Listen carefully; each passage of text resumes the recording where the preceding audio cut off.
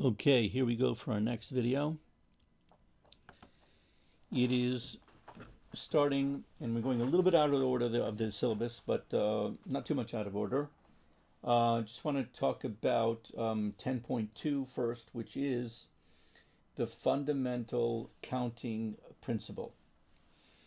Okay, let me put that up there. Fundamental counting principle, and its definition. It's going to be, sounds very fancy. It's not going to be a big deal. I think you'll agree with me. Fundamental counting principle. In other textbooks or previous textbooks, it was just called the principle of counting. All right, anyway. Here we go. Now, just roughly speaking, we don't have to be so formal about this, in my estimation. So if you have a multi-stage process, and don't worry, we're going to be giving an example soon. It's not going to be a big deal. Multi-stage process. So then what's going to happen is if you're going to want all the possibilities, for all the possibilities, this is going to be very obvious. You're not going to, I think you're going to say what do you know, there's hardly anything in here, but it does come up in subtle ways in the future. Anyway, if you want, you're interested in all the possibilities, to get all the possibilities, okay, for all the possibilities, then you multiply the possibilities of the first stage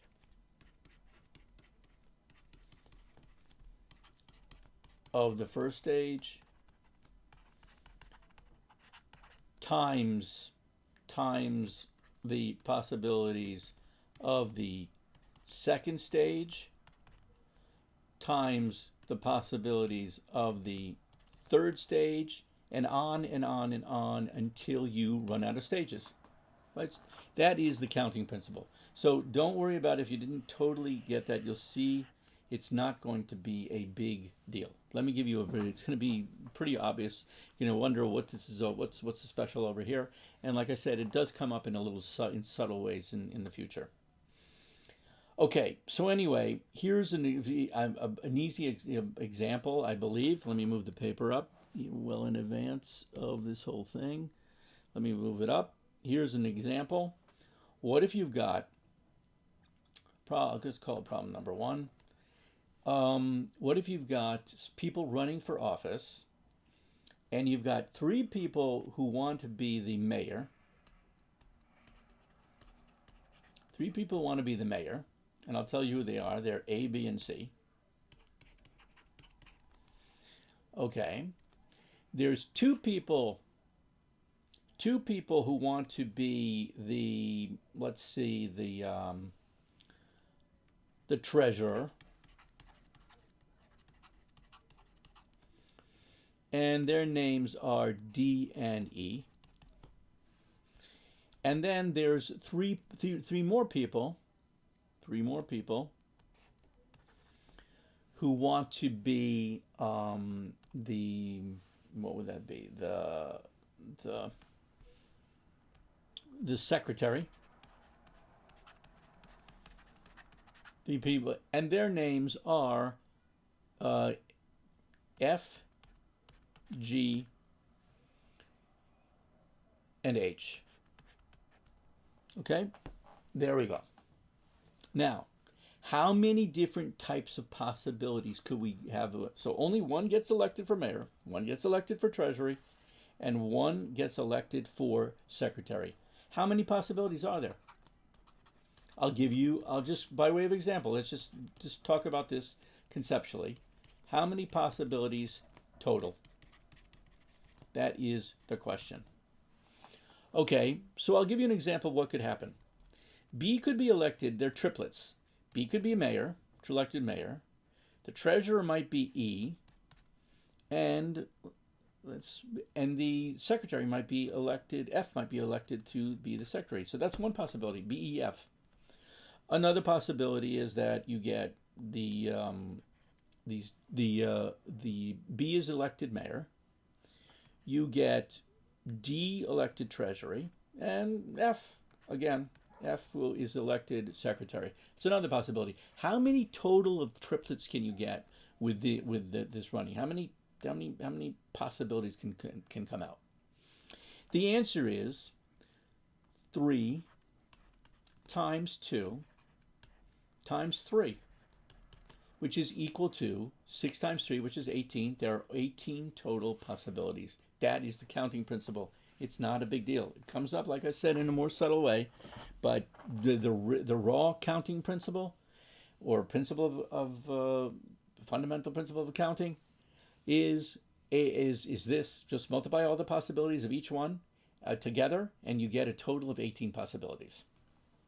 Okay, it's not nothing major. Now, let me take advantage of this to show you what a tree diagram looks like with the same example that we just did with the mayor, the treasurer, and the secretary. Okay, so now a tree diagram. This is considered a little bit important, so let's make sure this is we carefully do this. All right, so there's the mayor, then there's going to be the treasurer, and then there's going to be the secretary. We'll start over here. There are 3 possibilities for mayor. Either A wins, or B wins, or C wins. Those are 3 branches. Now, if A wins, there are 2 possibilities for treasurer. There could be D could become the treasurer, or E. Right? Remember we had that? Remember mayor, the candidates for mayor are A, B, and C. The candidates for treasurer are D and E. And the candidates for secretary are F, E, F, G, right, and H. Okay, now, there's another possibility that A doesn't win, B wins, and along with that, you can have either D coming along with winning as the treasurer, or E. And then maybe A and B don't win, C wins mayor, and along with C being mayor, you could have D being the treasurer, or E being the treasurer. Now let's move on to the next election. What about secretary? Well, A might win, D might win, and for secretary, you could have F, or maybe F doesn't win. Instead of F, you get G, or maybe neither of those, and you get H for secretary. Now, A might win, E might win, and along with that, you can have either F winning for secretary, or you could have G winning for secretary, or you could have H winning for secretary. And you can see where this is going, but let's do the whole thing. You could have B win and D win. Along with B winning and D winning, you could either have F, or G, or H. Okay, we still have some room. Let me move this up just a tiny bit. Just a tiny bit, I want to move it up. No, that's not what I wanted. I wanted to move it up. There we go. Yeah. Sorry about that.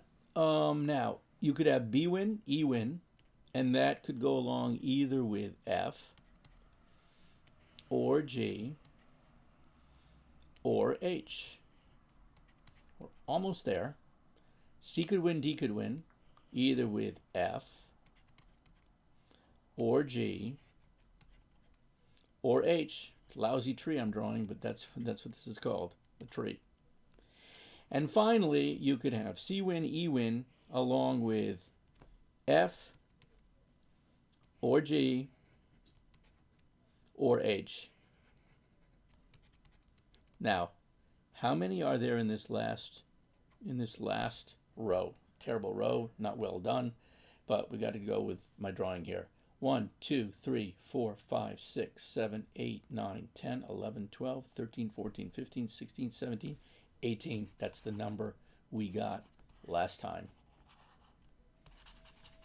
That's exactly the number we got last time. That's what this terrible looking tree, you look in your book, in your ebook, for a much better, nicer looking tree diagram, but that is the tree diagram that eventually you get 18 branches, and that's because it is there were 3 candidates here, times 2 candidates here, times 3 candidates here, for a total of 18. That is the counting principle with a tree diagram to go with it. That is what we need to fundamentally start off with to get going. Okay, now we seem to have a little bit more time on this video, so I guess I'll just take advantage of it and keep going because there's more fundamental stuff. This, by the way, is coming from 10.2 in your book. We're moving on to permutations and combinations, but there's some fundamental stuff that we got to take care of to know how to do before we can talk about combinations and permutations. Here's what we got to do next. We got to talk about factorial. I don't think you're going to agree. It's not a big deal. Okay, so what is factorials is our next topic because that we need to be able to use for combinations. So let me just put up a game plan of what we're doing. We need to get into something called permutations and combinations. I'm not going to be explaining that for a while. We're going to be talking about even without a full explanation. Please bear with me and give me a chance because a lot of stuff we need to know even before we know what the definitions are. Permutations and combinations is where we're headed. But before we can do any of that, we have to know how to deal with factorials. Factorials is here is an example of a factorial. 5 factorial. What's the symbol of mathematics that they use? Exclamation point. This is 5 factorial. What is it equal to? It's equal to 5 times 4 times 3 times 2 times 1. From 5 down to 1, all multiplication. That's what factorial means. So what does it actually practically mean? 5 times 4 is 20, times 3 is 60, times 2 is 120, times 1 and is equal to 120. 5 factorial is equal to 120. Okay, that's to start off with. Now, what if I asked you what's an easier one? 3 factorial? Well, it's 3 times 2 times 1, which is equal to 6. Now you can see you don't really need these ones. These ones don't really do anything for you. So we want to eventually get rid of those, not even talk about the ones, because 3 times 2 is the answer 6. In this case, 5 times 4, 20, then 60, then 120. That times 1 is not doing anything. Okay. Now, we have to practice with factorials. We have to know how to do these type of exercises with factorials. So here is an exercise that we got to do. So I'm going to call this A, right, a piece of information. B, my second piece of information is that I got to impart to you is how do you deal with 6 factorial over 4 factorial? Okay, let's do it the long way, and then let me show you a shortcut. The long way was to say, oh, you know what 6 factorial is? It's 6 times 5 times 4 times 3 times 2. Let's not bother with the 1. And what's 4 factorial? 4 times 3 times 2. So we're dividing 6 factorial divided by 4 factorial. But now you can see how we can easily get rid of most of this problem. 4, a numerator and denominator, 4 and 4 match. They cross each other out. They cross each other out, right? 2 over 2 is 1. 3 over 3 is 1. 4 over 4 is 1. They're all gone. What's left standing? 6 times 5, which is equal to 30. Let's move this out of the way so you not get rid of the confusion. Equal to 30, and that's the answer. I got a little bit more time before I end this video, not much, but let me show you the shortcut, and I'll show it to you again hopefully in the next video.